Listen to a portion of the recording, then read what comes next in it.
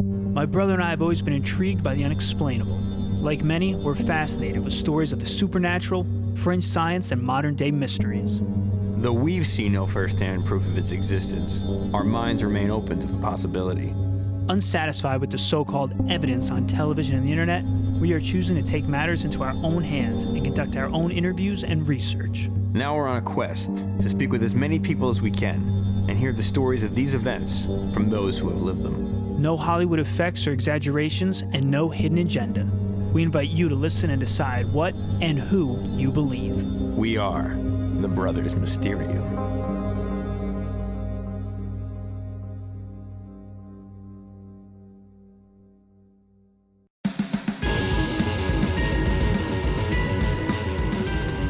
Hello and welcome to The Brothers Mysterium, the #1 commercial-free paranormal podcast on the planet.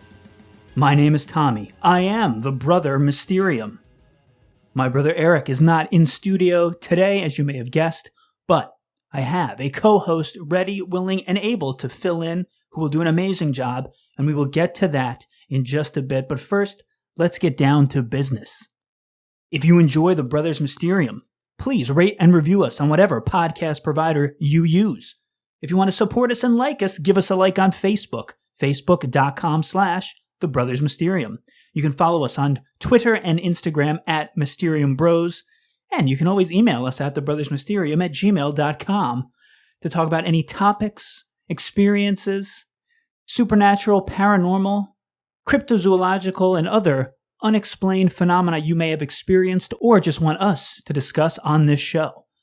And one thing people do enjoy about our show is that we listen to you. We are a show for the people, by the people. These are all real stories from real people coming on, sharing them on our public forum here on the podcast.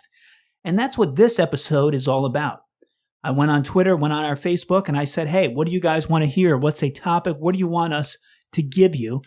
And a majority of people said, let's take it back to basics. They want some good old-fashioned ghost stories. Some nice, creepy-ass, spooky, unexplained, weird encounters. So we have a collection of them today, some really, really good ones. I'm very excited for this episode. It's going to be a fun one, and the theme, the motif, the common element in all these stories will be the dead reaching out. In one form or another, spirits delivering some sort of message, letting someone who is still alive know they may be dead, but they're still present, still watching, and still able to make contact. The Brothers Mysterium. So today we have a very special co-host joining me, a longtime listener, longtime supporter of the podcast. She has lent her voice to various episodes through acting in our dramatizations and reenactments, as well as with her a cappella group for an original song for our Lizzie Borden episodes. So Honor, welcome to the Brothers Mysterium. Thank you. We are very excited to have you on. And my first question, I guess first thing I'll do is get this pun out of the way. It's an honor to have you on the show. Had to do it. I was wondering how long it would take you to get there, but yeah, here we are. I know. I was going to wait till the end, but the audience is probably at the edge of their seats. So let's just get that right out of the way. Excellent. My first shameless question is, you really have been supporting the show from like very early on, which we definitely appreciate. What is it that you enjoy about the Brothers Mysterium? Why are you such a loyal listener? Well, to be honest, I started checking it out because we were friends before, and I saw you posting about it and I was like, let me check this out. And there's sort of, listen, I'm always curious about things. I just love to listen to people's stories, and I obviously am interested in stuff that's creepy and weird as well, but there's just something about the show that really feeds into a lot of my cultural experiences, and also there's something really heartwarming about it, which is so funny because you're thinking like, why would a ghost be heartwarming? But right. For anyone who's like sort of just tuning in here, go back and listen to some of those experiences from the beginning. And it's just, there's something just spiritually satisfying about listening to all these stories and to you guys talking about it and being so fair and kind. and respectful of people sharing their experiences with you. It's just a delight.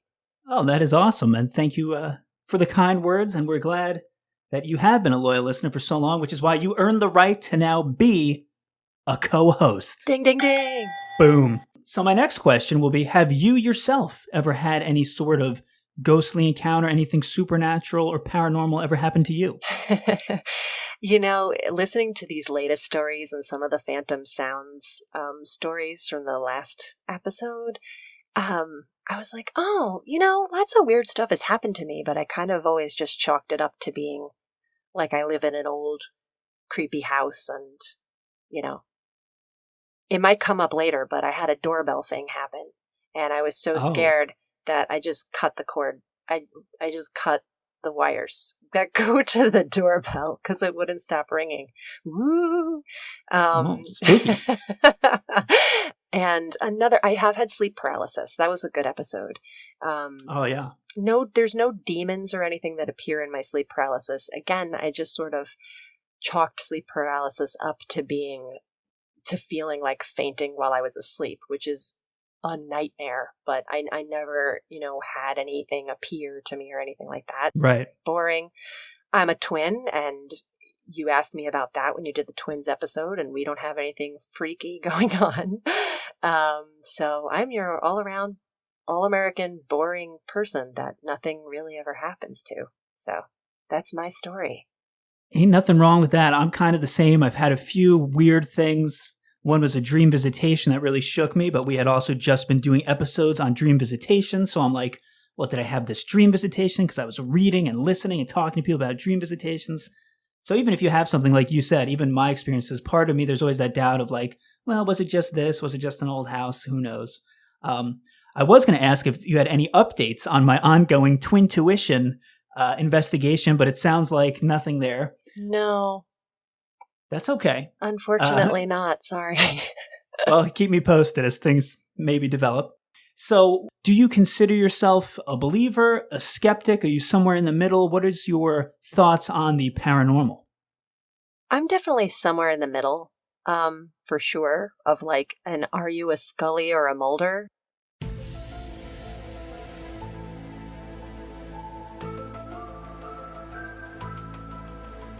For anyone unaware, the Scully or a Mulder comparison Honor makes, which is a very common analogy when one is discussing skepticism in regards to the paranormal and supernatural, is a reference to the television series The X-Files. In the show, the two lead characters are FBI special agents Fox Mulder and his partner Dr. Dana Scully. Mulder sort of represents the believer in all things paranormal.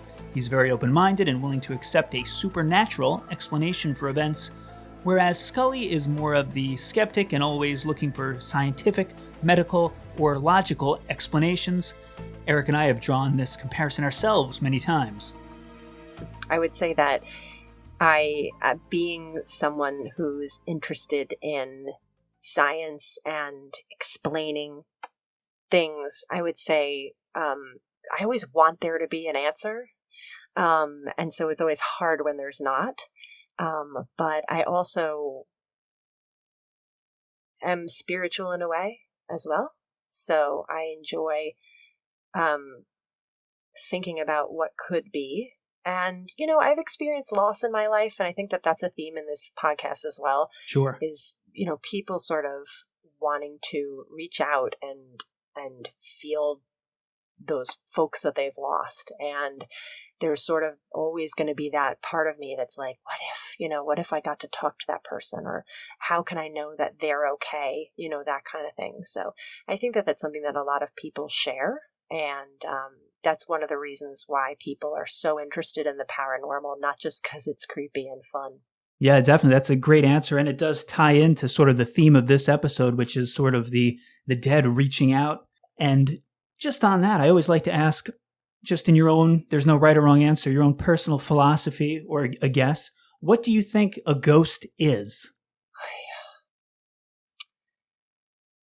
I think a ghost, I'm not discounting anyone's experiences at all, but, a lot of the ones that I've heard that aren't visions necessarily are while someone's about to wake up or when they just fallen asleep.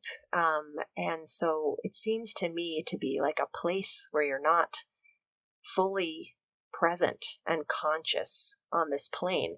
If there's a reality to it and there's some kind of spirit that is reaching out to you, let's give that one, let's say that's a given, which it's not. Right. But maybe there's a place in your consciousness where someone can visit. But I don't know. I think it's hard. I see things out of the corner of my eye all the time. I have terrible vision. I'm like, oh, well, there was a flash of light, or things like that. I've never seen someone standing right in front of me in oldie-timey clothes. You know what I mean? Yeah. So I can't validate those experiences. I think some of the stories on today's episode are completely unexplainable, and so you want to believe them so much, and they're really incredible, and there's just really no explanation. I mean, when I was young, I went to this thing for school, and we learned about metaphysics, and I thought, oh my God, this is amazing. Like, it was my first non-religious journey into the paranormal. And Right. the idea that parts of your existence can live in like an aura around you, and that when your body is no longer here, that parts of you could still be on this earth was an interesting. I could be getting that wrong. For anyone who's offended by my lack of knowledge of metaphysics, I'm sorry. But yeah, I don't know. I mean, I always thought of myself also philosophically as a dualist, so someone who believes that there's a separate soul from the body. Right.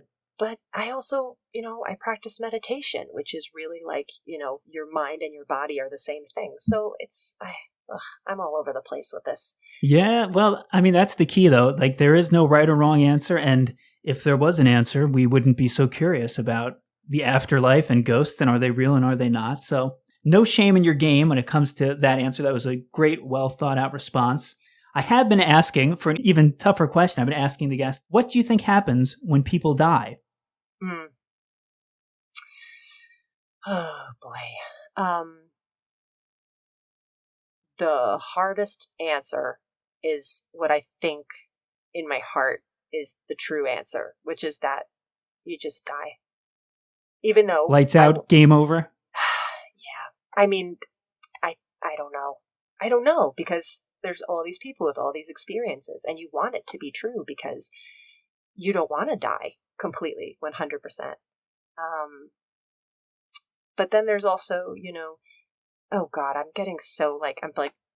pontificating a lot on all these things, but Carl Sagan was the famous astro scientist. Yes. And his wife, he died relatively young, I believe. He wasn't a super duper old man. I don't really know. He died at 62 years old, so fairly young for sure. But he left behind a much younger wife, and she was also a scientist. And she said that believing that there's some kind of afterlife kind of took away from his having been here. And her spiritual, or their spiritual take on it, and what he used to say was that we're all made out of star stuff. And it was very much like we are physical self. And when our physical self dies, we become part of, Mustafa, like, the deer become part of the grass, and then that whole cycle, and that it's beautiful to be part of that. Right. Even though that's not about souls lingering on this plane and talking to us from beyond the grave, there's something very spiritual about that as well. Yeah, definitely. And I go back and forth. We haven't yet done an episode on reincarnation, but I always kind of feel the same way, where it almost, part of me is like, oh, that is kind of great and beautiful. And I've studied Western Buddhism with the wheel of cyclical existence and everything. But then the other part of me is like, in a way that does devalue my current life, because it's like, I'm just like one of 900, it's kind of like, oh, I thought I was special. I don't know. It's hard to let go of that individuality. It truly is. And as always, we're just having a debate, a discussion, and trying to perhaps come up with some of these answers, even though we probably won't get them, at least not on today's episode. And speaking of today's episode, why don't we jump right into it with our very first experience? Sure. The Brothers Mysterio.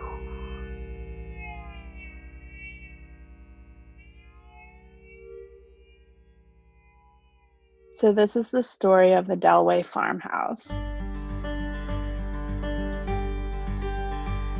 The farmhouse is in Delway, North Carolina.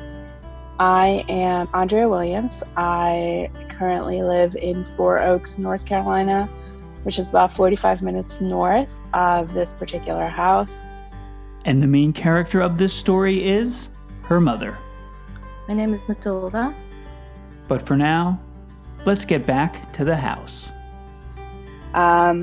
In 2015, my dad passed away very unexpectedly, and he and my mom had actually talked about moving to this farm in North Carolina and retiring there. And on a whim, my sisters and my brother-in-law and I decided that we are going to move there and restore this farmhouse and turn it into something that was kind of try to bring it back to like its former glory. So when we got there, the house was really old. It's 250 years old. The land was originally deeded to the original owners by King George himself.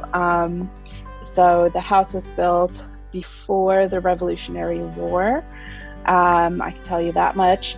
And it was about 4,400 square feet, a 9-bedroom farmhouse. Really just very old, very distinguished home. Needed a lot of work when we got there. So we set about kind of like tearing out all the old carpet, repainting everything nice and white. We tried to retain as much of the old flair of the place as we could, and just really worked to restore it to beauty. And we really worked to like reclaim the land from the wild because it sat empty for so long. Oftentimes, demolition, big additions, or remodeling of a home has been known to kick up spirits of former residents, meaning major construction can be linked as a trigger for ghostly happenings. At the farmhouse, though, as mentioned, only small changes and updates were made, like replacing the carpets and painting. Some things that were already there were restored, but nothing major was destroyed, disturbed, or changed. A short time later, Matilda moved into the farmhouse with her daughter. I had lived on and off in the farmhouse where my daughter lived, and the room that had been designated to me from the very beginning, I felt a presence there often. There was no TV in my room, not that I missed that. So at night, I was very much aware of anything happening in the room. No background noise, no nothing. And as I said, I have felt aware of a presence there. I could never pin it down. I never saw anything. I wasn't sure if somebody else lived in that room. But I did feel like it emanated from the closet in the room that was across from my bed. Once again, I never saw anything move from the closet or run from the closet or whatever. I was never afraid. It didn't scare me to have this presence there. So at some point, my mom moved down there, and my mom actually watched my niece, who was 4 at the time, during the week. And so on Sunday nights, she would basically pack up a bag and go about an hour north to where my sister was living. And she would watch my niece for the week. One evening, early evening, I was getting ready to pack a suitcase because I was going to drive over to where my other daughter lived. And It was a Sunday evening. And I moved the suitcase along the floor, making a noise because it was a bare wooden floor. And as I was moving the suitcase, I was going to pick it up and carry it, but at that point I was running it on its wheels. And as the suitcase was moving along with me, I became very much aware that somebody was there. Almost like nobody said anything. I heard nothing, but it was almost as if I became aware that somebody said to me, stop this, stop. And so I stopped and I looked around and there was nothing happened. And so I took up the suitcase again and started walking, wanted to go out the door. The next minute, the bedside lamp behind me started flickering on and off like crazy. This particular Sunday night, I was coming up the stairs and I saw my mom at the top of the stairs, standing in the hallway with her hands kind of out in front of her, like she was, kind of pleading with someone. And the lights in the room in front of her were just very deliberately turning on and off, on and off, on and off. Not just flickering on and off, there was like a buzzing with the lamp. It was making an intense buzzing sound, almost like 200 bees would do I don't know how many bees, but many bees would do if they descend upon you. And I felt very strongly a presence, and again, that feeling of somebody telling me to stop. I let the suitcase go. I stood on the top of the stairs, on the landing, right outside my door.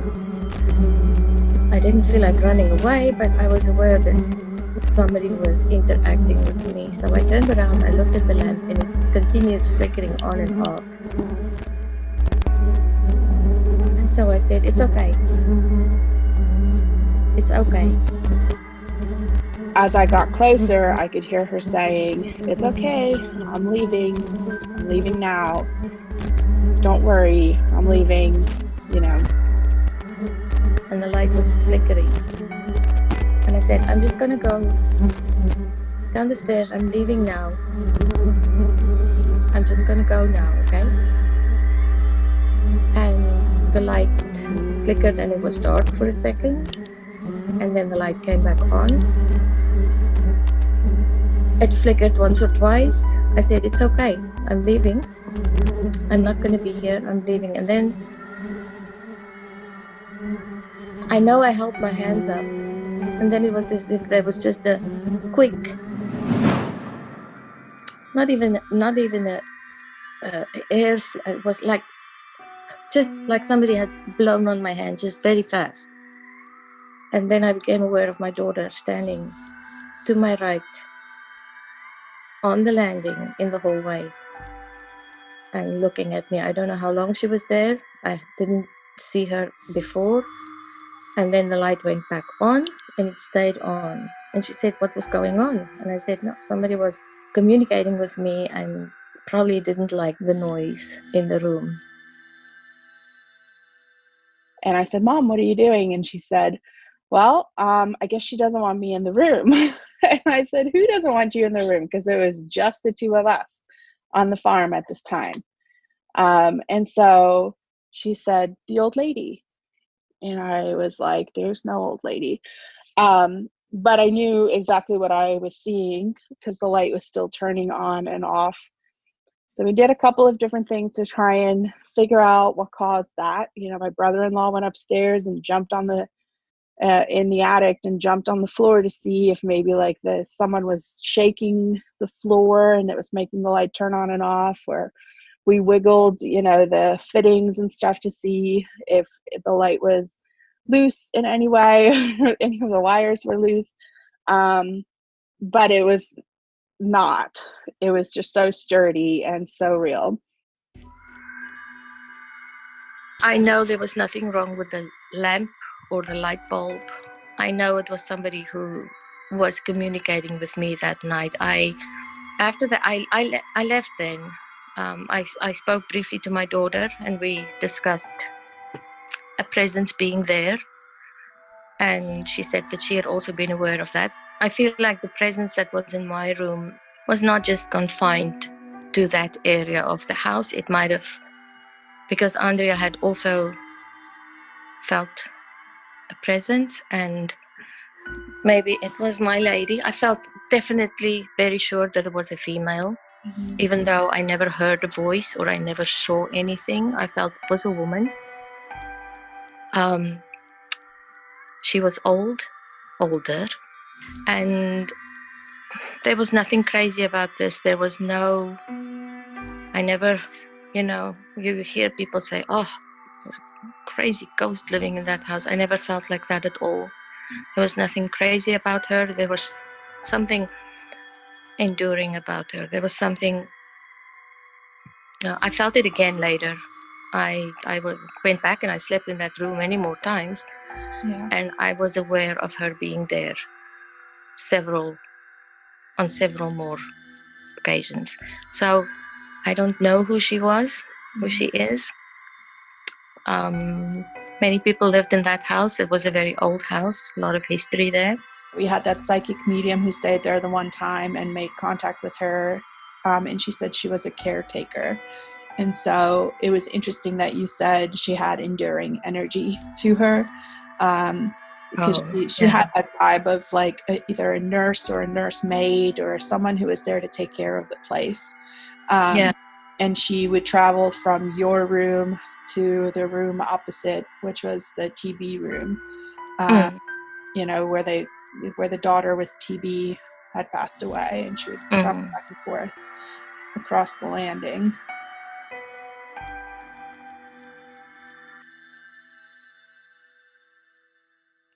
And so that was kind of the first instance of that. Over time, over the next couple of years, I turned the place into an Airbnb, had some guests there, and always on Sunday nights, they would like encounter this feeling of being watched in that room. Cabinets and drawers would open and close by themselves. Blankets would be torn off the bed. The light would turn on and off by itself, that kind of thing. But not like it was never a malicious feeling. It was just kind of like a chill feeling, it's Sunday night, relax. I've never doubted what we experienced there. I've never doubted her presence in the house. I was actually kind of comforted by it and felt that she was there to just make sure that we were okay and that the house was okay. And, I'm kind of good with that. I do think that sometimes our energy lingers. I don't think our souls do, but I think our energy does. And it kind of plays on a loop over time. And I've always believed in the paranormal, and I wanted so badly to have an experience, and I never thought I would live in a house that was haunted. That was really, really cool. So I think spirits need to be at peace because we need to feel like our work here is done. Our souls come to earth for a reason. And I think when we feel like we haven't fulfilled our purpose, that's when we stick around. So that was a very interesting story, classic creepy farmhouse. I will say I did follow up and ask if there was any resolution. Did the hauntings stop? What happened? And basically, it never stopped. They just dealt with it until they moved away. And then I'd asked, did you tell like a real estate person or buyers or anything about what was happening? And she said the owners were like aware and everything. She never spoke to any realtors herself. So whoever's there now, I guess, was aware of these hauntings, these incidences that took place. Because that's another thing we've touched on a few times. And actually, breaking news, we once had to remove an episode because a house that was on the episode was sold.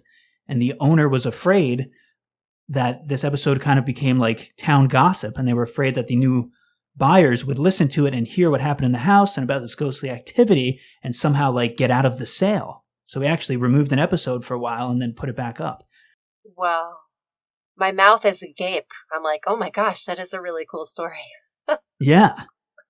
Wow. So, I mean, looking at this one, I'll take the skeptic side first. It's sort of very easy to, as you were kind of mentioning in our opening discussion, there was never a sighting of a ghost, as in your classic movie sightings. They did not see They described it as like a nurse, a caretaker. She was the spirit they believe was maybe the nurse that was taking care of one of the daughters that had tuberculosis, but they never saw a nurse in old-timey clothes, never saw a person. So we could very easily say that they never saw a ghost. It was just kind of an old house making noises, maybe old crappy electric work, maybe coincidental timing. That is, Matilda is making a lot of noise and rolling around her luggage. All of this happened. And that, again, that's kind of the easy way to just blow it off. But of course, there's really no fun in that. So we'll break it down a little bit more. Before I shouldn't assume, are you on the skeptic side of the story, or do you think there was more to it before I sort of blow through the skeptic approach? I tend to be on the skeptic side. So I don't want to jump right to that because, again, and you guys are always respectful of people sharing their stories. Like, this is something that, someone feels is legitimately happening. And I'm not, neither of us are here to be like, your guys are lying or right. This didn't happen. But yeah, I mean, I tend to sort of look for what could have been happening around the house that could make someone feel this way, or make someone feel as if there's a presence there. One thing that I did appreciate is Matilda said she was never scared. She said she did feel a presence. It was feminine, but it was almost more like comforting. She's there to take care of the place. It's okay. They kind of had like this mutual respect. Like she even says, it's okay. It's okay. I'm not going to make any noise. You're okay. I'm sorry. She was never afraid. She said she felt it in her room, almost in the closet. And of course, your mind goes to every ghost story or a little kid, staring at the closet and the door starts creeping open and there's a monster in there. But interesting to note that she said there was never anything threatening, anything evil. It's not like this happened and they ran out of the house. They stayed for a while longer. So it's always interesting to note those things too, that the Hollywood type script would definitely have this be a lot more menacing and traumatic, but she was kind of like, no, it was the spirit was there first, it was my roommate, we were cool, I'm so sorry I'm being loud. Right. One theory that I kind of thought this fit with, which we've talked about a lot on the show, is the stone tape theory, which is where energy is sort of recorded and played on a loop, where if it was this tuberculosis nurse, they said the daughter was in that room, that wing of the house, they would hear her walking up and down upstairs, and Andrea even said it almost felt like this energy was on a loop. Other guests would report activity, usually on Sunday nights. So I don't know if something happened at a Sunday night at one point in time that was sort of replaying itself. But I definitely, upon hearing this, the stone tape theory struck me as a possible answer maybe for what was going on. Yeah, I took notes and I definitely noted that, and it was a very interesting example and actually could explain why she didn't feel like anything was out to get her or, that she was in anybody's way. Right. Because she sort of noticed it, but then it was like, carry on, just like something that was happening in the background. But it obviously was a little bit scary the first time. Sure. But then after that, it wasn't like somebody was trying to interact with her. Yeah, and I mentioned early on, like, oh, the skeptic in me could be like, it's just crappy electric work. But when you think about everything that happened in that crescendo where it's like the lights flickering, she's feeling this presence, this buzzing noise. She said it was like tons of bees. That's like so many things happening at once. And as always, I love the fact that her daughter is also able to witness it. It was cool to have the dual perspective in this story and kind of go back and forth between them because there's more credibility, as always, when it's more than one person, because we could easily say, she thought the light was flickering and she had an ear infection or something. But when two people are witnessing the same event, it just helps validate that, like, whether it was a ghost or not, we don't know, but we do know that this definitely happened. There was this buzzing, there were lights flickering, it was all going down. And it was It was a very intriguing episode at the farmhouse. Yeah. I guess I had a couple of questions, and one of them was, did the daughter hear that buzzing as well, or is that just her mom? I followed up, and Andrea said she could not hear the buzzing, but definitely did feel the energy in the room. Because buzzing makes me think of having a panic attack. And, sort of having like, or starting to feel faint. And there is buzzing in your ears when that kind of thing happens. So I I think of that. But electricity buzzes. It's certainly possible Sure. that the lamp was buzzing. I wasn't sure if she was saying the lights, plural, or just this one lamp was flickering. I followed up about this as well and was informed that the lamp, which was the only light source in the room, was turning on and off, as though someone was flicking the switch, very deliberately. Right. Yeah. They looked into it. They tried to Yeah. see what could be the cause of it. I thought that the mother, it was so nice that you got interviews from both of them. And she just seemed like the sweetest lady. And that if I were ever a ghost, I'd be happy to haunt her house. Yeah. And room up with her, you know? Yeah. She's a nice lady. Definitely. And a great storyteller. She really told that very well. Yeah. It was fun. Anything else you would like to add to the farmhouse experience? Well, there's always a part of a great, solid, classic ghost story when they're like, we found out that someone in the house, like in the last episode, the Horace guy, which I thought was like, Yeah. that was like completely airtight and crazy. Me my too. God. That was crazy. But the daughter with TB, like, how did they find that out? Where's this library with all this information about people's creepy old houses? And can I go there? Yes, I think if you have to summon it with a Ouija board and the library will appear in your backyard. I do know that Andrea knew a ton of history about the house, I'm guessing from like the previous owner or something. Like she knew the whole heritage and when it was sold. So I guess whoever her contact was there was able to let them know about, the tuberculosis room was her mother's room and there was a nurse caretaker there. But yeah, that's a great point too. It helps with that validation when you're able to look into the history and say like, okay, this did happen. There was this caretaking woman living in that room. It definitely, it makes it that much more enticing too. It's like 2 more points to the side of believing that something was actually happening. I also feel like a lot of these experiences happen to people but there's plenty of people like yourself who want to have an experience that don't, but please forgive me if I'm wrong and feel free to remove this from the recording if I'm remembering this incorrectly. And I tried to re-listen to everything again. But that they had had a loss. Their father died and then they bought this house in his memory. Yes, that's correct. Yep, it was like his dream. He was going to head down there and do it, and then he passed suddenly, so they did it kind of in tribute to live out his dream. It's such a sad story, I feel like they were coming into this experience in the house, thinking about that and, with a heavy heart, and maybe they sound like spiritual people. Maybe they're open to,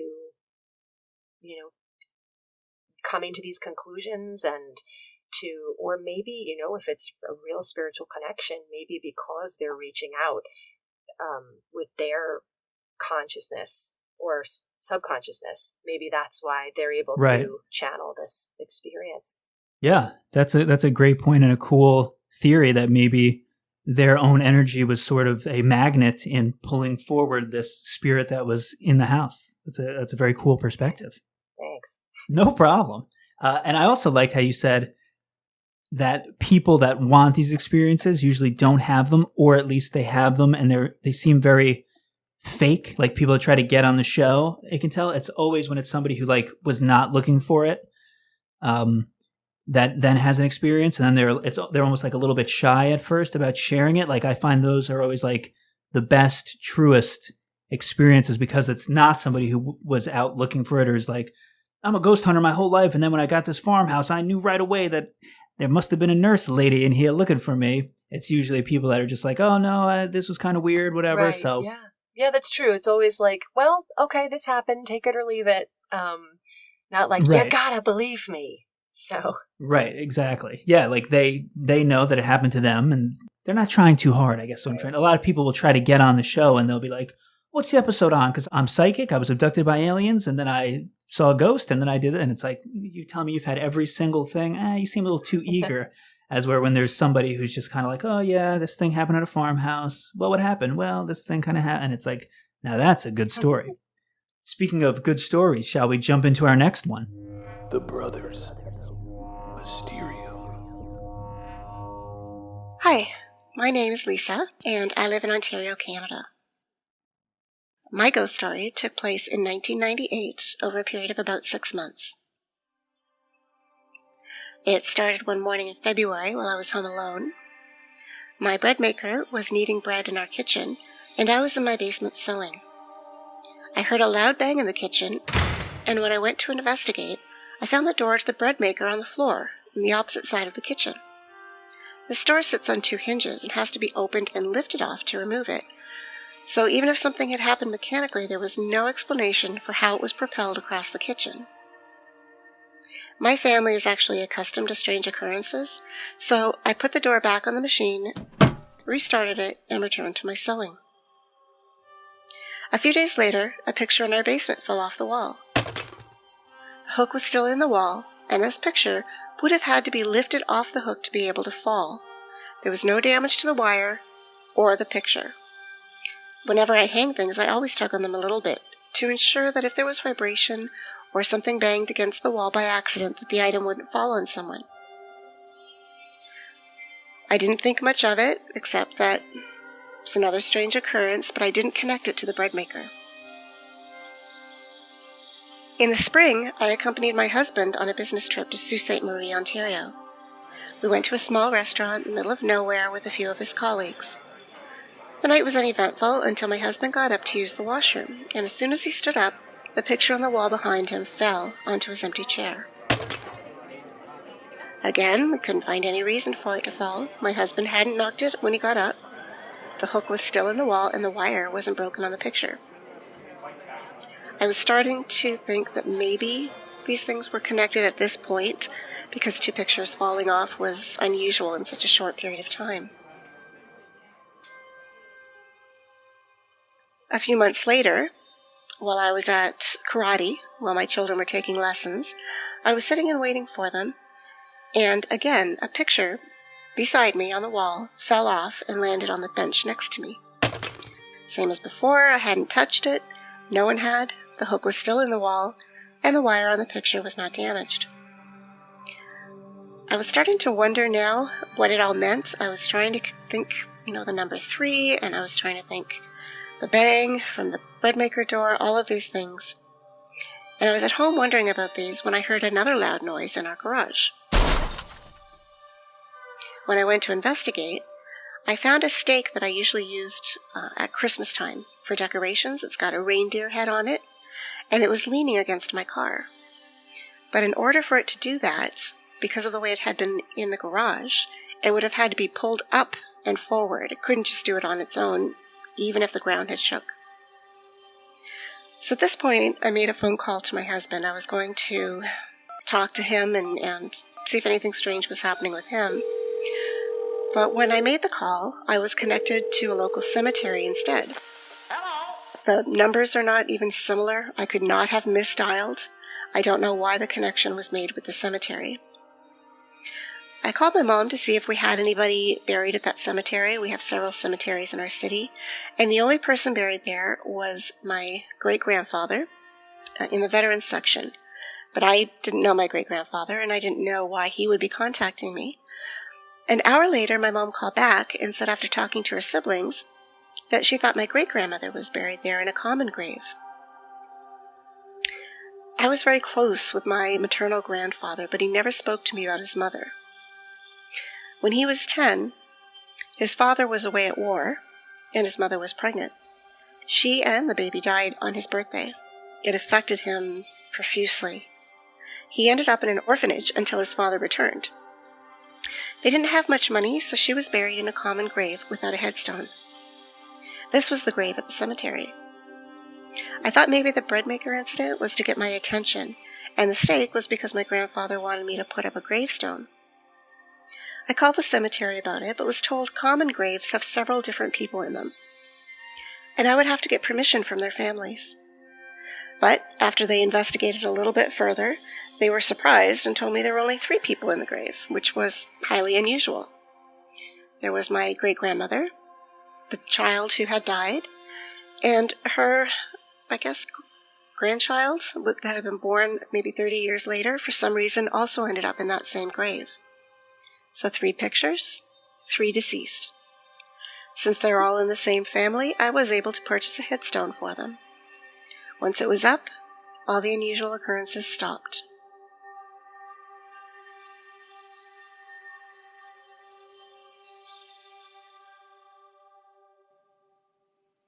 I always look for alternative explanations for things, just in case. Sometimes things are shaking in the house, and it could be a vibration, the house settling. You never know. However, again, as I mentioned, our family has lots of unusual things that have happened over the years. So it wasn't that unusual to me that it could be something otherworldly. I think sometimes spirits feel this need, this connection, something that maybe was bothering them in this life that they felt they left maybe unresolved. I have always believed in the paranormal ever since I was a child, so I believed in it before all of this happened. I was just really happy that I was able to do this for my grandfather because I really, really missed him. He died when I was 16, but we were living in Brazil at the time, and I couldn't come back for his funeral, just my parents could. And I remember having a dream about him laying in his casket in his full uniform from when he was in the army. And when my parents got back, my mom said that's exactly what he looked like in the casket. So I always regretted that I couldn't go back for his funeral.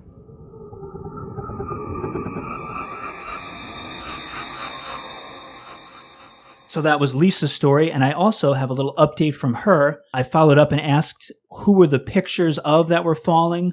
Were they somehow connected to the people that had died or anything? And she said, one was a teddy bear picture from when her kids were young. One was a child's poster, that's the one that fell at the dojo. And at the restaurant, it was of a female celebrity that had visited there. So no connection to anyone there. She said, I equated the bread maker to getting my attention and the reindeer post that fell on my car to some sort of marker.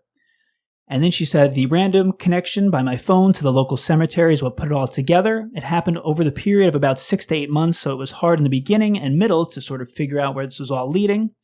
And then she ends by saying, I wish that spirits actually did write messages on steamy bathroom mirrors like in the movies.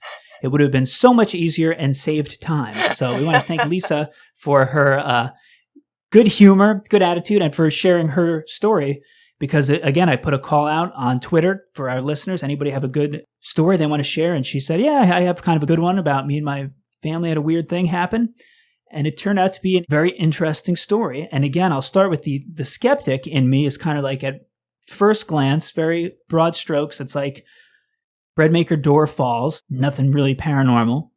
3 random photos fall over the course of months. Not that weird. And then a deer head falls. So it's kind of like, well, this lady just has, not that she's clumsy, she's not knocking stuff over, but she's just kind of bad luck. Everywhere she goes, things fall.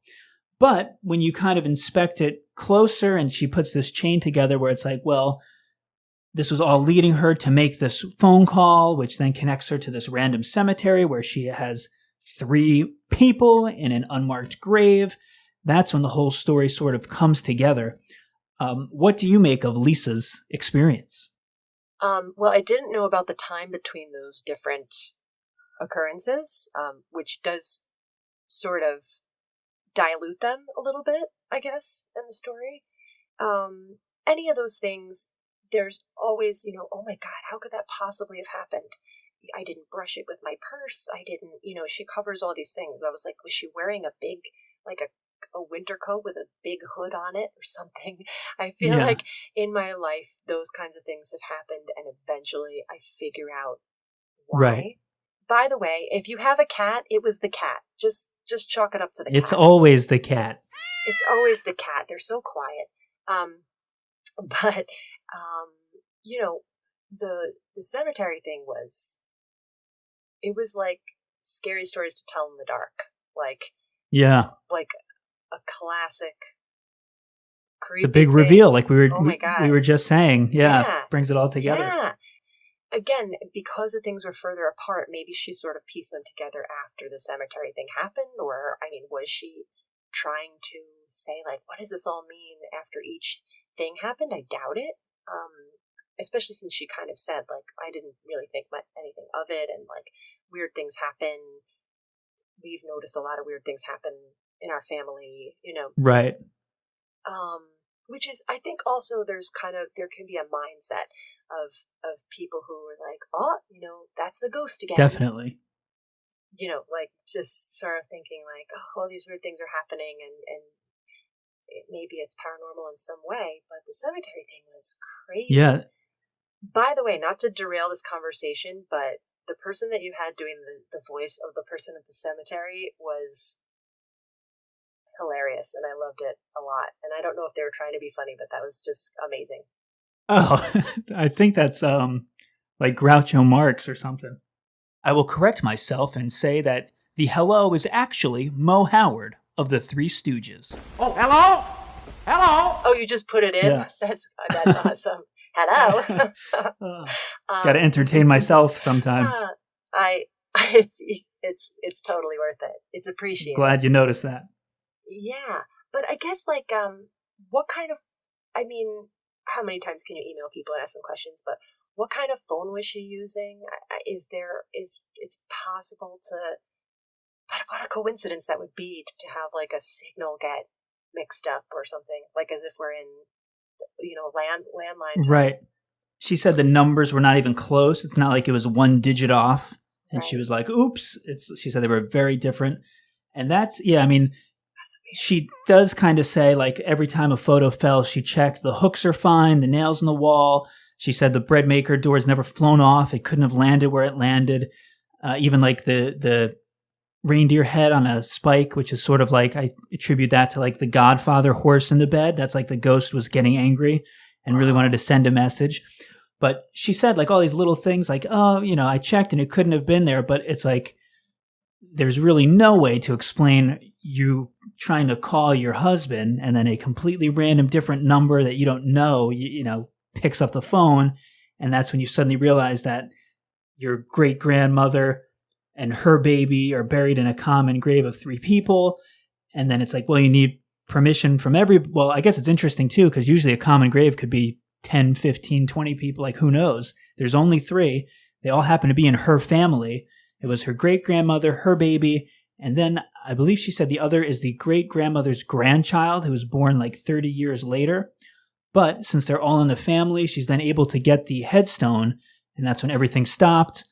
All of the weirdness, all of the objects falling and everything. And it was sort of her grandfather's dream to like get that headstone. So she was able to sort of, as we said, it's people reaching out with messages. Maybe this was him kind of guiding her to complete the circle, unfinished business. There was no gravestone for the 3 of them. So it's everything you could kind of say like, well, pictures fall. Maybe there was a cat, but I don't know any cat that can hack into your phone and dial you up to the cemetery where there's an unmarked grave of 3 of your relatives that your grandfather, really wanted them to have a headstone. So that is that one part of the story where even like the most hardcore skeptic would have to say like, okay, yeah, that is more than just coincidence. Yeah, that's amazing. And I like too that you pointed out that some families, people are even conditioned just to even say, like, if you grow up in a house where everyone says, oh, ghosts are real, of course, we've always had this. Your grandmother was a medium. Like, you can grow up with that mindset, that attitude, and then maybe you're more in tune with it. Like she said, she did have that precognitive dream of her grandfather in his uniform at his funeral, which she missed because she was in Brazil. And that's always sort of haunted her. And she said she kind of made things right by getting her grandfather's mother, I believe's headstone. Oh, I forgot about that detail. That's amazing. Yeah. Yeah.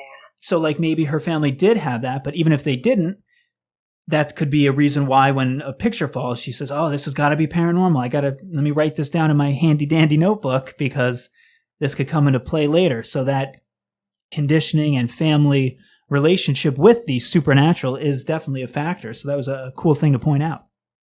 Yeah. Yeah, the dream definitely adds that level to it. Because it's sort of that same idea of like closing the loop and then all those things stopped happening and right. Yeah, that is pretty amazing. Yeah, it kind of is that validation. Again, we keep using that word, but it's like, oh, like if this led nowhere and she was just like, oh, and then I found out I had 3 people in a grave. It's kind of like, oh, it's interesting. But then once she gets the headstone, it all stops. Objects are no longer flying off the walls everywhere she goes. She feels at peace. And even her own kind of emotional baggage of feeling so guilty about missing her grandfather's funeral has kind of been lifted because she was able to do this for him. Right. What an awesome discovery, too. Just to know that your ancestors, obviously they were laid to rest, but that they can be acknowledged and visited by future generations is definitely quite a nice ending to that. And regardless of whether those other experiences were paranormal, I don't think that she cares. Right. I think that the end result was what really was meaningful to the family. So it's a cool story. Definitely. Oh, well, you mentioned the pictures, which I didn't know what they were of, but you had said that there was a lady, right? And then there were 2 kid things. And it was kind of like the people in the grave were, a lady and 2 kids. I don't know if the third person was a child who died, but, the way that she describes them is as someone's kid. So it's kind of cool. Yeah, that's a great point. The pictures were a teddy bear from when her kids were young, a child's poster at the dojo, and then a female celebrity lady. And the people in the grave were her great-grandmother, her baby, which I take that as being a young baby, so it could be the teddy bear, and then her grandmother's grandchild who was born like 30 years later. But yeah, it is interesting too. Like she says, the bread maker was to get her attention. The deer head post was sort of a marker, and that was what led to the phone call. But the fact that it is 3 photos is interesting when it ends up being 3 people. Just that, again, is that a coincidence, or is that, was that a sign that there was 3 people looking for closure? Yeah, I think that when you look back at all those details, it really does seem like it could be. Yeah, it definitely adds up. Let's keep the Mysterium train moving forward. Choo-choo. Choo-choo, all aboard. We're going to have 2 stories from one woman. Both stories are incredible, and this is the first one. The Brothers. Mysterium.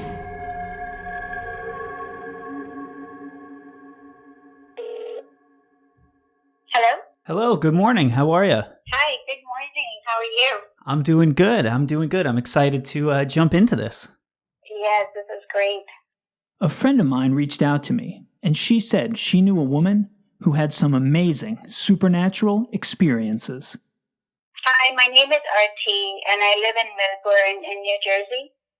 And Arti has had a lot of these kind of experiences, but she mentioned 2 specifically that she knew would intrigue me, and they were ones in which her paranormal experiences were quickly validated.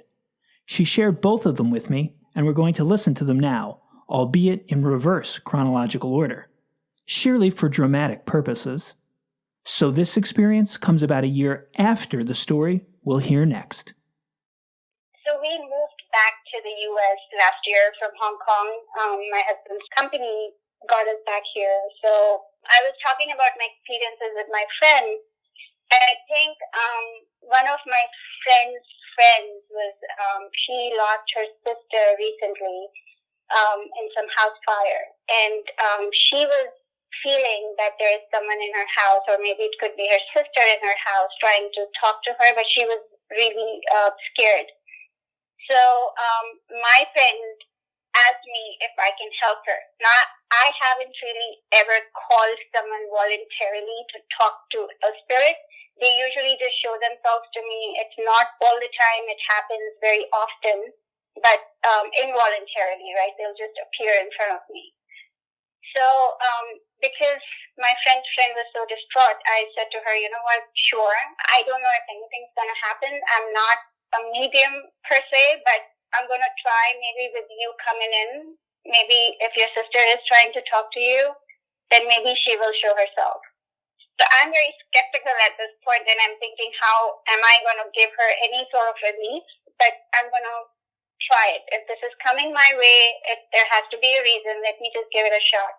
So a skeptical Arti meets with her friend's friend, to see if she can somehow be of assistance. Never having intentionally reached out for a specific spirit or conducted a medium session or reading before, RT doesn't really have high expectations anything will happen. But almost immediately, a connection is made with the other side. So she came to me and I didn't see her sister, but I was getting messages. And the first thing that I saw as soon as this friend came in and sat in front of me was this ceramic urn, which is filled with ashes. And I saw this urn that is kept in a dark place underground, and I felt like it's a coffin. So this whole scenario did not make any sense in my mind, in my conditioned mind, right? So I said to her that, look, I know you're a Catholic. This makes no sense to me, but this is what I'm seeing right now, is this ceramic urn filled with ashes kept inside a coffin underground. She was like, oh my God. And she said that when my sister was alive, she would always tell me that never bury me. I want you to cremate me and please put my ashes with Grandma. And she said that her ashes are in the ceramic urn, sitting with my grandma in my grandma's coffin. Wow. This is crazy. The ashes in an urn in a coffin underground turn out to be the sister's cremated remains inside a coffin alongside her grandmother. So these images were quickly validated as being the sister's final resting place. But the sister had another message she wanted to pass along. Then she showed me a couple of other things. She showed her sister, her dead sister, showed to me a necklace that was of some significance, and she said to me that tell her this necklace, that her sister should take that necklace and use that necklace as a good memory, like thinking about good memories that she shared with her sister, who's now passed. And I told her that this is what I'm getting, and she said that this was soon after Christmas when this happened, and she said to me that during Christmas, this was the gift I received from my sister, and I keep looking at it, but it's too much for me to, wear around my neck, because I keep remembering her and it makes me sad. So that was another validation that she received from her sister. Again, Artie is spot on with her message, as the necklace she describes was a Christmas gift from the deceased sister, and the sister's message to wear it and enjoy it and let it represent the good memories rather than be a painful reminder is more validation she has made contact with the dead. And then the crazy thing after that, what happened was, I saw this, now I'm seeing another spirit, apart from her own sister. This woman, she literally gave me her full name, and she showed herself wearing a headscarf. Her head was wrapped with this cloth, and I told her that, okay, this is weird, but I'm seeing this name and this woman with a fabric wrapped around her head. So I gave her this woman's name and told her how she's showing herself to me, and she said that this is her first cousin who died from cancer, and she used to always wear a scarf around her head because she was losing all of her hair, and her name was exactly what she told me, and there was no sort of error there, like a full name. So that was great, and the reason this woman showed herself was she said that her sister who died from the house fire is now with her, and they're both very happy and they have no pain. And one of the reasons her sister was trying to communicate with her in the house was because she wanted her to know that it's not her fault that the house fire happened, because this woman was supposed to go see her sister that afternoon, but she didn't go because she was busy doing something else with her husband. And she kept sort of, blaming herself that had I gone to meet my sister, then maybe I could have prevented the fire or helped her sister escape the house. And she was really feeling guilty about it. So the sister sort of wanted her to know that it's not your fault. It was just her time to go, and she should stop blaming herself for her death.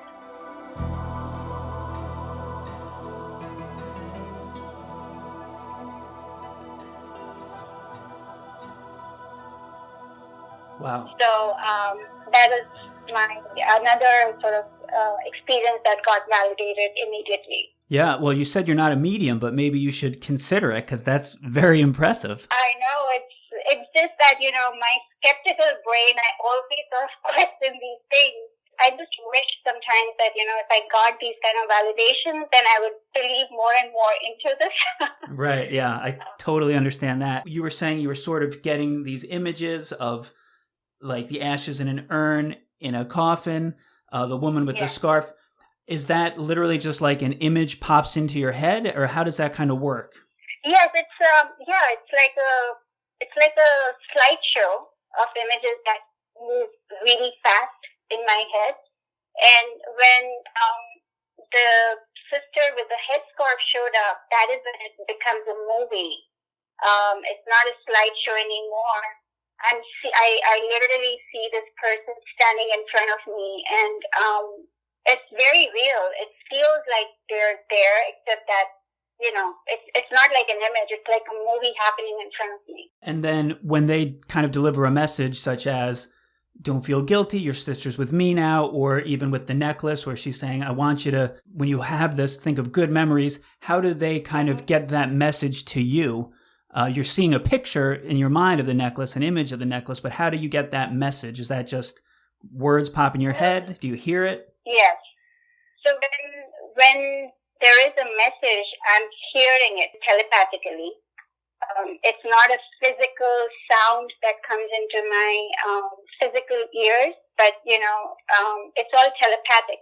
So when she's saying, I want you to think of the good memories, so she's actually saying these words, and I'm hearing those words, but at a spiritual level more than a physical level. Gotcha.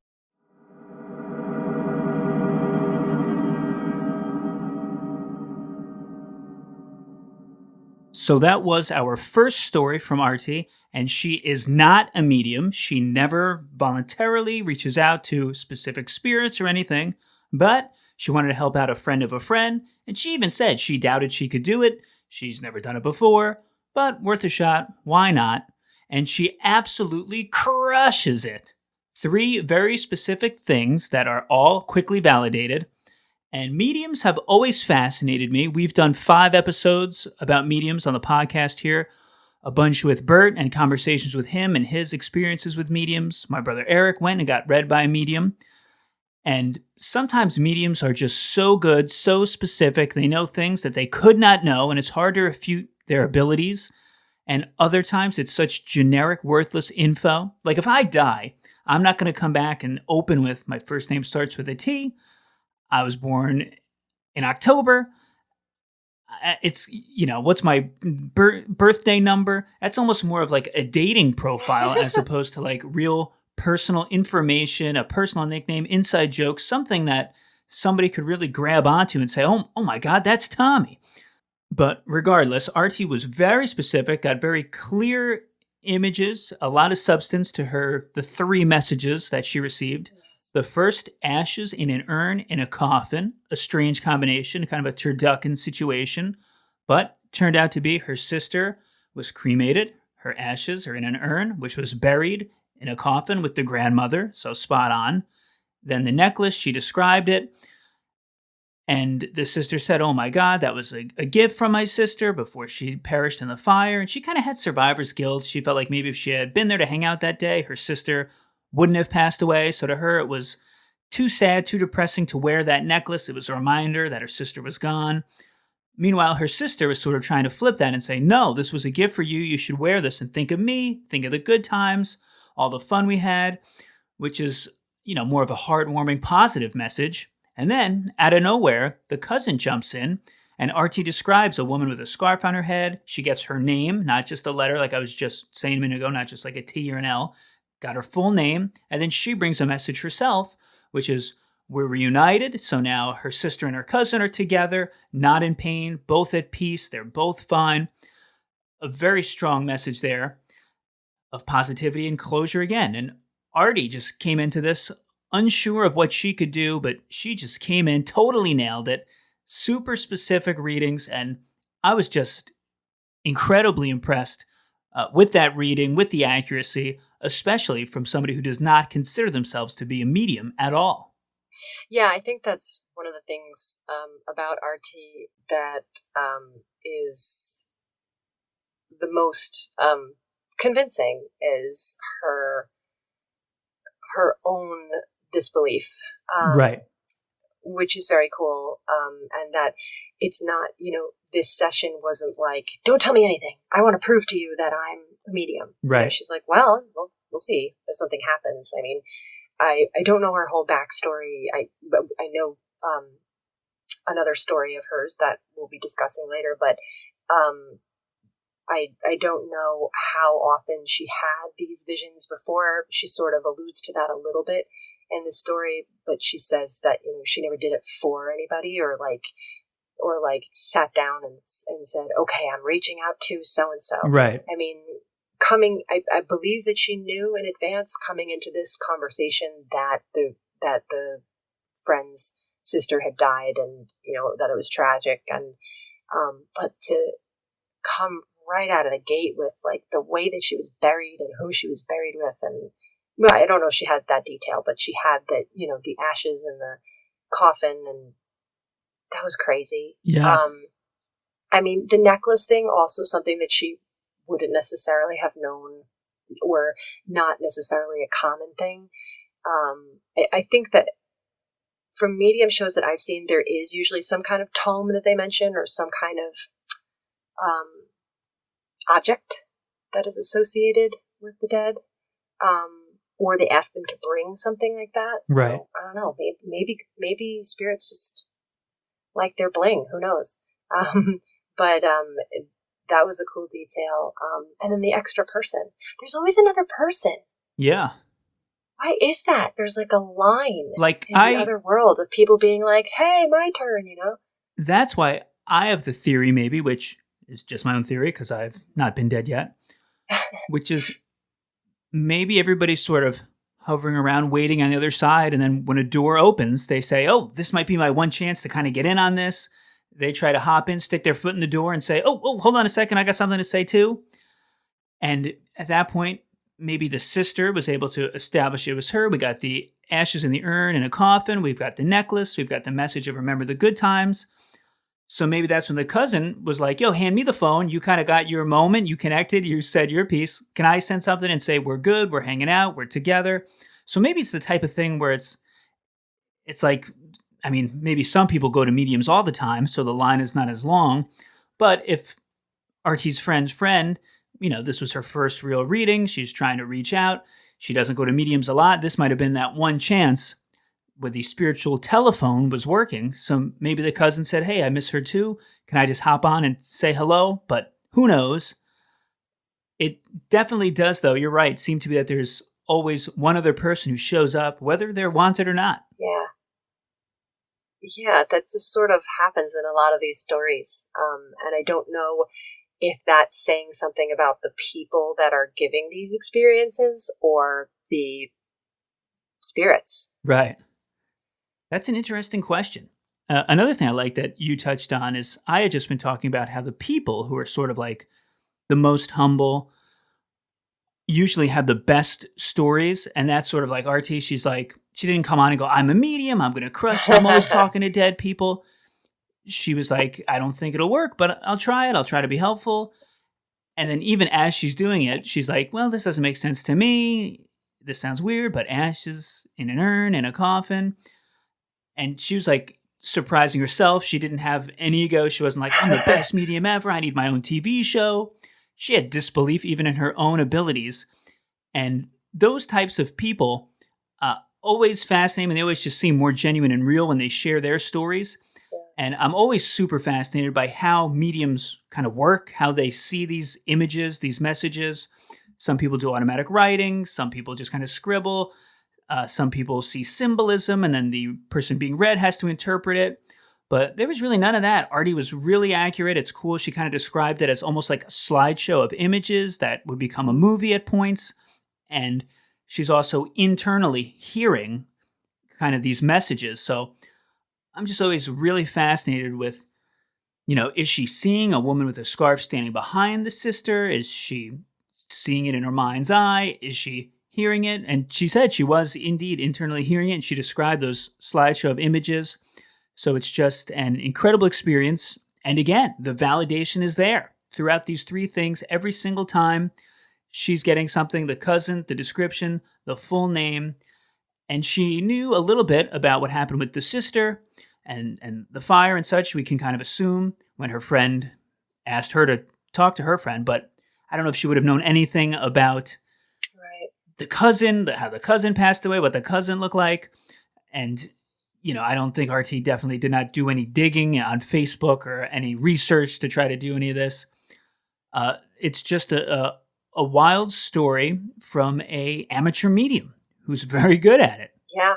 I was thinking about sort of how she got hooked up with this person and, how she seems like probably a talkative and social person. And so she probably has a lot of friends. And I wonder how much she shares about her experiences. And then a friend was like, oh my gosh, you have to help. My friend had this horrible thing happen to her family. And, it would really help her out if you would talk to her, sort of how that exchange happened. Is interesting, or would be interesting to know. It was cool, and I thought about the slideshow about how it was a bunch of fast images, and I wonder if it then stopped on the necklace, or what are the things that she missed, and were those also associated? Was this just like throwing a deck of cards out there from the spirit world and seeing which one lands? Was an interesting concept, but it seemed to be the things that landed. Well, the first was confirming, this is who we're talking about, obviously. And then the second was, here's your message, here's your item. And then the third was, oh, hey. Exactly. Yeah, literally. She had her doubts that she could help at all, but it could not have gone better. And again, as with most of these stories, it brought some closure at the end. The sister definitely felt a little better. Okay, my sister's not mad at me. She doesn't blame me for what happened. She's happy. She's reunited with my cousin. They're good. They're fine. She wants me to be happy. She wants me to wear the necklace, remember the good times. So just a totally incredible story. Before moving on, do you have anything you'd like to add to RT's first story? No, I think we're going to continue talking about this person. So yeah, I want to hear this last bit and get into it. Let's jump into RT's next incredible story. The Brothers Mysterio.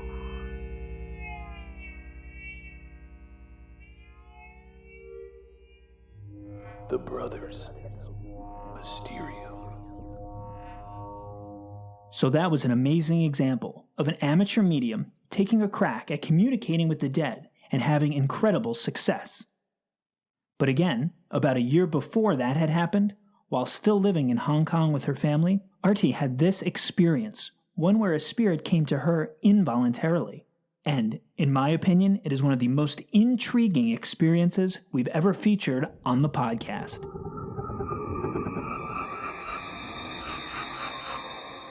This incident happened, I want to say about 2 years ago. They were living in Hong Kong, and my husband used to travel a lot while we were there.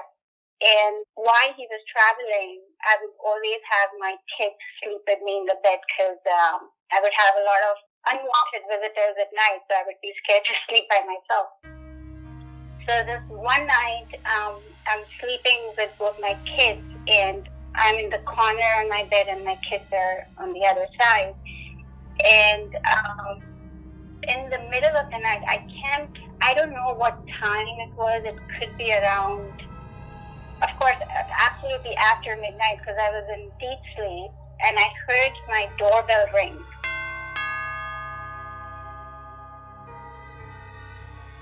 And I'm thinking, without even opening my eyes, oh, that's weird. Why is my doorbell ringing? And my first instinct is, oh my God, is there a burglar in this house? What do I do to protect my children?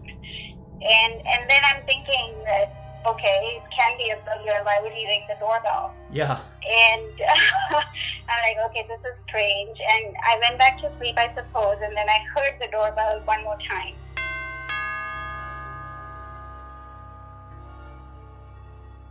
I'm like, okay, this is weird. I gotta go check the door, right? So I pull my blanket down, and I see that right next to me, there is this 10, 12-year-old kid standing right there, staring at me. And his face was covered in blood. And I got so scared looking at this kid. And, you know, sometimes when you're so scared, you want to scream, but your voice is stuck in your throat and you can't scream. Yeah. I've had many experiences similar to this before, but, you know, I was just taken aback because this kid was standing right next to me. So I put this blanket back on my head, and I'm so scared. And I know exactly what this is, but I don't know what to do about this. And I'm thinking, okay, what do I do? What do I do? So, and I could feel this kid standing there not moving, right? So I know this kid is not going anywhere. So I told myself, you know what, let me just talk and let me just see what this kid wants. And this is the first time I dared to sort of talk to a spirit. So I put my blanket down and I asked him, okay, so who are you? How can I help you? And this is, of course, all happening telepathically. I'm not like actually talking. Right. This is all telepathic talking. Oh, by the way, he had dark skin, and his hair was, almost like blonde hair, which didn't make any sense to me. And I'm looking at him and I'm thinking, okay, this is very strange, but looked like a black kid, and I'm in Hong Kong at the time, right? So when I asked him his story, he said to me, he showed to me that he is in his house with his parents, and his house is this little hut on a mountain top. And he showed to me that there is a landslide, and his house completely sort of, got shattered. And he rolled down the hill, and that's how he died. And ever since, he's been looking for his parents. So he came to me because I can help him find his parents. Now, this is the most bizarre thing I've heard, and I told him, look, I don't know you. How am I going to help you find your parents? I don't even know where your parents are. And he said, no, I know you can help me. Please help me. Now, not knowing what to do, I'm really panicking and getting scared looking at his condition, because while he's talking to me, I'm seeing that there's blood sort of oozing out from his temples on the right side of his forehead, and there's blood all over his face. And I told to myself that, okay, I don't know where his parents are. I don't know who he is. The best thing I can do is help him cross over.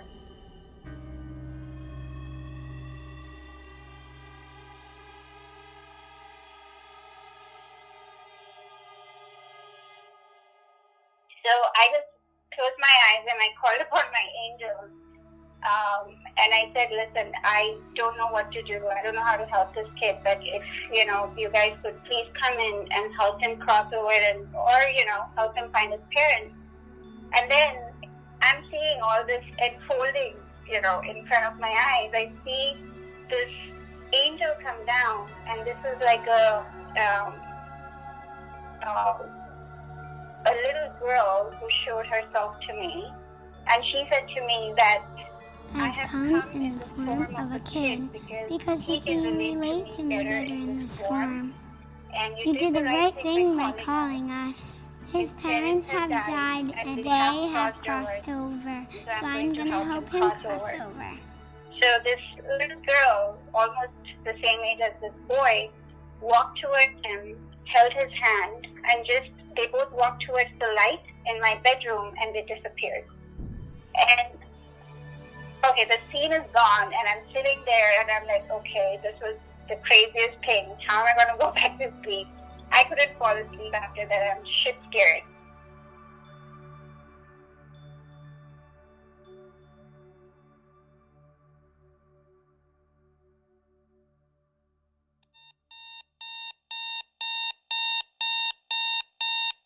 And I guess around maybe early in the morning, I may have fallen asleep, but then woke up again because kids had school next day. They went to school, and then I was meeting a friend in the evening for drinks. And I'm thinking all this time that this was a dream, can't be real. I was dreaming it. Although I've had many experiences, but I always question this, that, I'm making things up. It's really hard to believe these things. And anyways, I met my friend in the evening for drinks, and we're sitting and we're chatting, and I've seen her after a long time. And then she told me that, Ari, we just went to Solomon Islands, and these islands are near Australia. And she was just explaining to me about her experiences, and she said that, we went island hopping when we were on these islands, and the craziest part was our guide took us to this one island where people, they built their homes on mountaintops. It was really crazy. And when she said that, I'm like, okay, this sounds similar to what happened last night, and I'm now intrigued, right? So she says that, these people, our guides said to us, they build their homes on mountaintops because there are often lots of landslides. And recently there was a massive landslide, and the reason they build their homes on mountaintops is because they hope that the house will just sort of slip down and float into the water instead of just, breaking and shattering. But this time when the landslide happened, a lot of the houses just got destroyed and many people died from that landslide. And it was the exact same story that this little boy said to me the previous night. So I'm now very curious, right? And I'm like, oh my God, how can this be possible? This is like a major synchronicity. So I went up and I Googled Solomon Islands, and lo and behold, the people in Solomon Islands, this is an island, right? I think close to Brisbane, and they're black and they have blonde hair, natural blonde hair. Wow. And I was like, oh my God, this is crazy. And for those wondering, situated just northeast of Australia and living in the Pacific Islands of Melanesia are black people with naturally occurring blonde hair. They are the Melanesians, the predominant and indigenous inhabitants of Melanesia, which is a group of islands including 4 independent countries: Fiji, Vanuatu, Papua New Guinea, and, as RT was able to confirm, the Solomon Islands, where blonde hair occurs in 10% of the population. That was a validation for me that I wasn't making this up, How can I just think of this kid? I didn't know that there can be black kids with beautiful blonde hair. Did not know that. But this kid showed himself to me like that. And his story about the landslide and his house being on mountaintop, even before meeting my friend, it all added up. And I don't know if he crossed over. I don't know if I was able to help him go meet his parents. But the story that he said to me was completely validated by my friend who told me her side of the story, not knowing what happened to me the previous night. Yeah, that's wild. And it's cool that, right, you had this encounter first and then learned from your friend and then went online and validated it. It's not like your friend told you about her trip and then you had, because then you could say maybe it was a dream or whatever, but you did not have that knowledge. And on that point, just because there are definitely skeptical people out there, you're positive that this was not a dream just because you said you had a hard time falling back to sleep and everything. So in your mind at this point, you definitely were awake for this experience. Oh my God, I was so awake and I did not sleep. I was tossing and turning. I went out into my kitchen, had a glass of water, came back. I really tried to fall asleep, but I was so scared all night. I couldn't fall asleep at all after that. And did your children wake up or hear the doorbell, or did they just sleep through everything? No, they were out. I when they woke up, I asked them, "Hey, did you hear any doorbell at night?" They're like, "Huh? What are you talking about, Mom?" I'm like, okay. So it was all, I guess, I don't know if the doorbell rang, like physically rang, or it was just telepathically in my mind, just to wake me up, to get my attention. Right. And is this your first experience ever seeing a spirit, No. helping a spirit cross over, or you've had experience before? No, I've had multiple experiences before, but this was the first time I helped someone cross over. And my experiences started 5 years ago when we moved to Hong Kong, and things just changed after that in my life.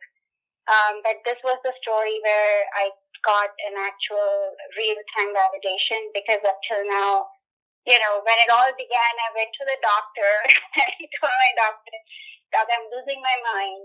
I'm seeing things that I should not be seeing. There's things happening. I want you to do my blood work. I want to make sure I'm not hallucinating.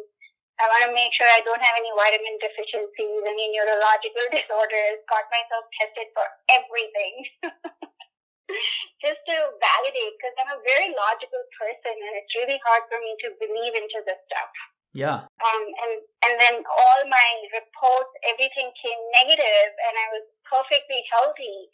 That is when I told myself, okay, there is nothing going on with me medically, then I got to pay attention and figure this thing out. Why am I seeing things? Why am I, talking to people who others can't see? Yeah. Well, yeah, good on you to do your due diligence in the medical field. But like you said, if it's not bodily, maybe it's something more spiritual or in the conscious area. Yeah. Well, those were two incredible stories. So I just want to thank you for being open to sharing them with us. No, thank you. This was great. I'm glad I got an opportunity to share these incredible experiences that I've had. So that was RT's second story. Mind-blowing stuff. I said it before and I'll say it again.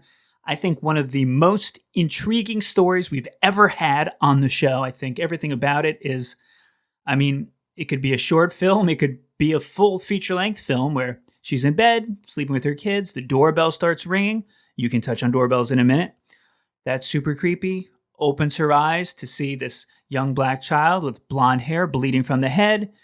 She says it's very foreign to her. She's not aware of young black kids with blonde hair, let alone an injured one, who explains about a landslide.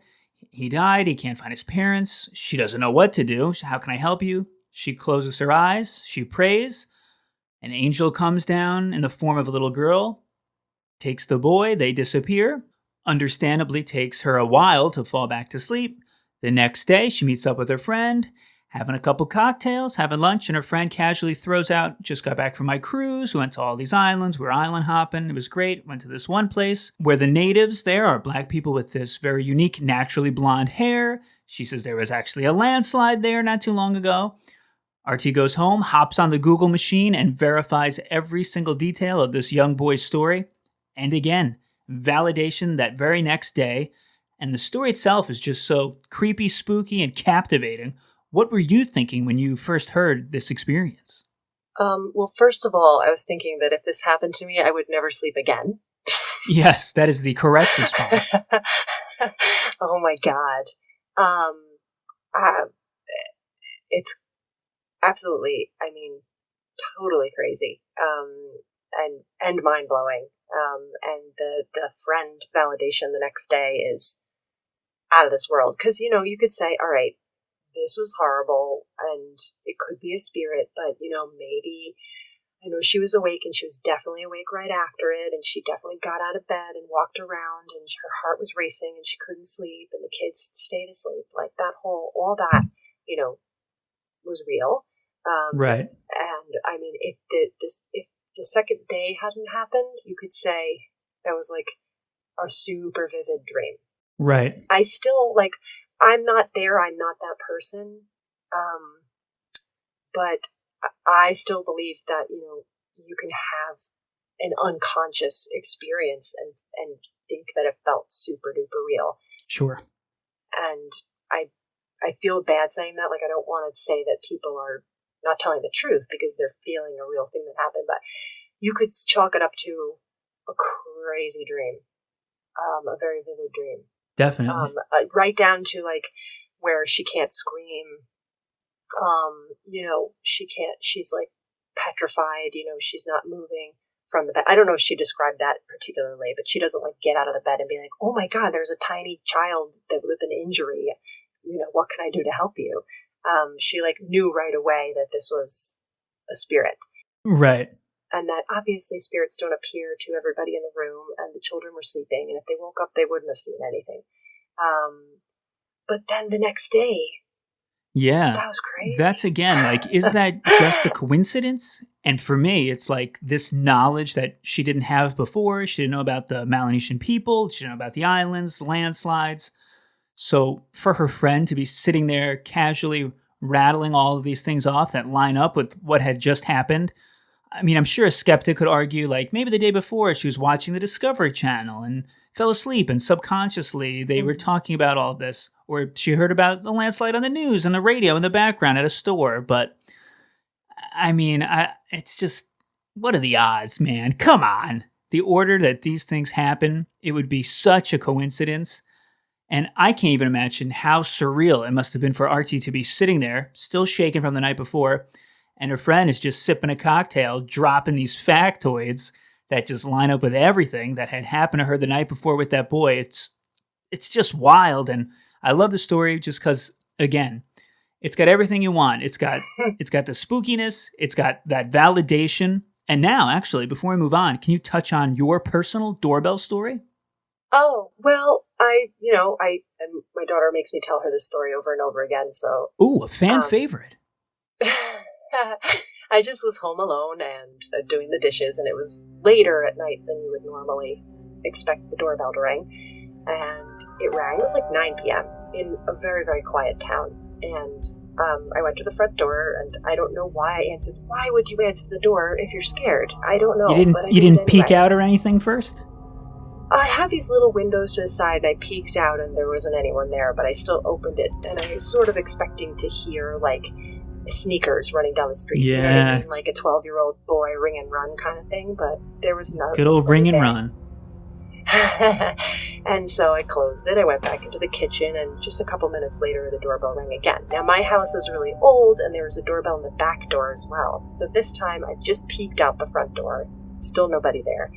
I reluctantly go to the back door and peek out the back door, and there was nobody there. And, like, my neighbor had come over once before and rung the back doorbell, and I was like, I looked out there, and he wasn't there. I was like, damn it. And I closed the door, and I locked it, and then I just went and sat down in the living room, and it rang again. And then I was like, F this. And I was totally freaked out, and I cut the electrical wires to the doorbell so that this wouldn't happen to me in the middle of the night. So you still don't have the doorbell connected? I got a Ring doorbell Oh. so that I could run it on batteries, and then I wouldn't have to worry about faulty wiring and freaking me out when I'm home alone. Perfect. So that's what I chalked it up to be, like that my house sucks and the it was fritzing or something. Water got in it, or who the hell? There was like a hole in the door. Could have been anything. I was pretty sure it was bad wiring. Yeah. But that's my doorbell story. Yeah. But even that's interesting because it's like it had never gone off before. What are the odds it goes off 3 times when you're home alone late at night? Who knows? I know. So unfair. Yeah, typical. We definitely want to give a big thanks to everybody who shared their stories on today's show. And let's just take a quick look back. The theme of this episode was the dead reaching out. And I think in the farmhouse story, Matilda definitely felt the ghost, the physical manifestation of lights flickering, the buzzing sounds. And later, when it becomes an Airbnb, people were saying there was cabinets opening, stuff like that was mentioned. And I think that maybe we'll call her the nurse, the caretaker. Her message was she was reaching out to say, first, I'm here, make her presence known. And also, it's okay that you're here too. I'm accepting you, but I'm here. I'm the ghostly resident, the keeper of this place. I'm going to oversee everything. I'm going to take care of the home, maybe take care of them as well, because they never felt threatened. They were never scared, never worried. So I kind of feel like that was her message to the family was just sort of welcome to the farmhouse and just be aware that I'm also here. That's a nice thought.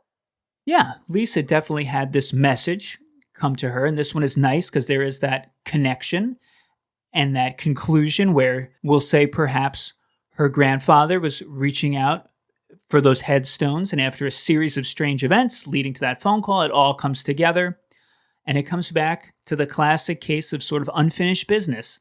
Her grandfathers may be restless, and maybe all three of the spirits in the common grave were also restless because no one knew where they were. They had no headstone. So maybe four spirits kind of coming together and pushing Lisa in the direction to find out where they are, who they are, and then get them the proper headstone. And with Artie, her first story, there was definitely a message when the sister came through. And her message was very clear. Don't feel bad. Don't feel guilty. Don't mourn for me. Wear the necklace. Enjoy the good memories. Enjoy the good times. I'm safe. I'm reunited with loved ones. I'm good on this side. You have to be good on your side and enjoy your life. Couldn't ask for a clearer message there. And then the boy was reaching out for help. And she was, in a way, able to help him kind of cross over when that angel came down, as she described it, and was able to help him cross over to the other side. And we didn't really touch on that, but a lot of times there is that confusion of sort of the newly deceased where spirits don't know that they're dead, don't know what to do, where to go, where they are.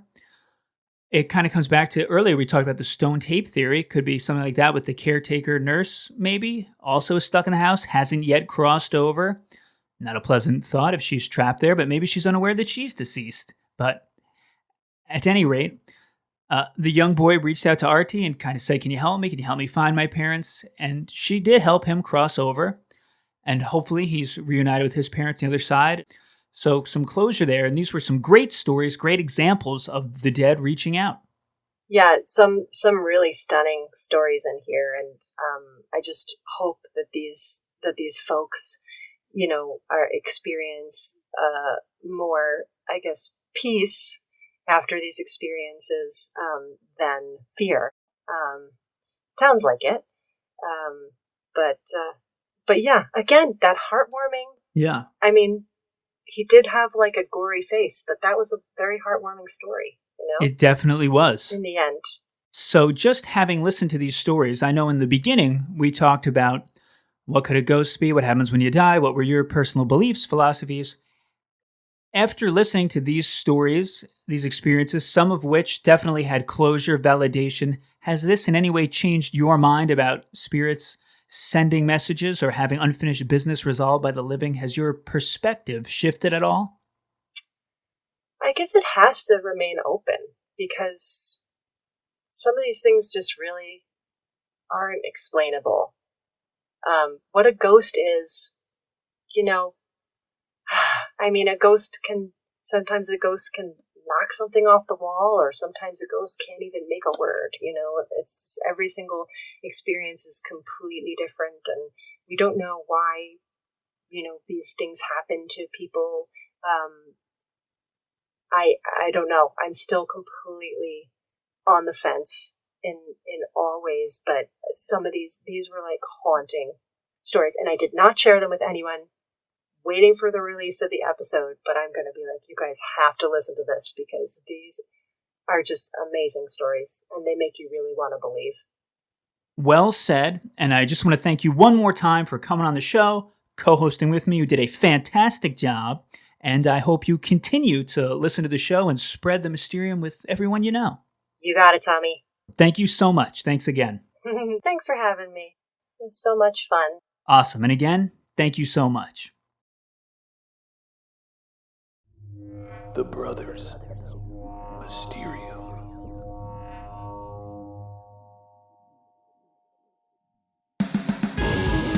Additional voices in this episode came from Layla Nebakat, who was our angel, and Mo Howard of the Three Stooges, who said hello when answering the cemetery phone call. The theme from The X-Files is a 1996 instrumental recorded by American film and television composer Mark Snow. Other music came from purpleplanet.com. That's purple-planet.com. Our theme song comes from The Never Grin. You can reach us at thebrothersmysterium@gmail.com. Go to facebook.com/thebrothersmysterium, give us a like, or hit us up on our other social media pages at Mysterium Bros on both Twitter and Instagram. And as always, we'd like to thank you for listening to us.